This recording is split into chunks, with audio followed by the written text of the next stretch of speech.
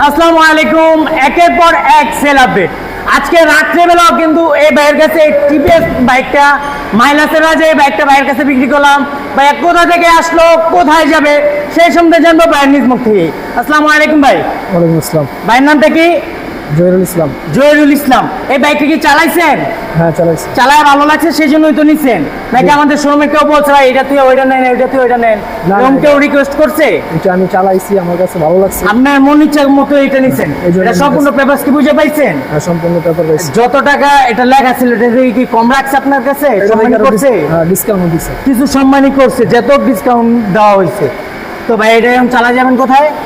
এটা চালা যেমন পুরান ঢাকায়। পুরান ঢাকায়। তো ভাইজানদের জন্য সবাই দোয়া করবেন এই রাত্রিবেলা যেন ভাইয়া সুন্দর সুস্থভাবে তার গন্তব্যস্থলে পৌঁছাতে পারে, এবং আমাদের জন্য দোয়া করবেন আমরা যেন বাংলাদেশের মধ্যে আরো কম প্রাইসে বাইকগুলো সেল করতে পারি।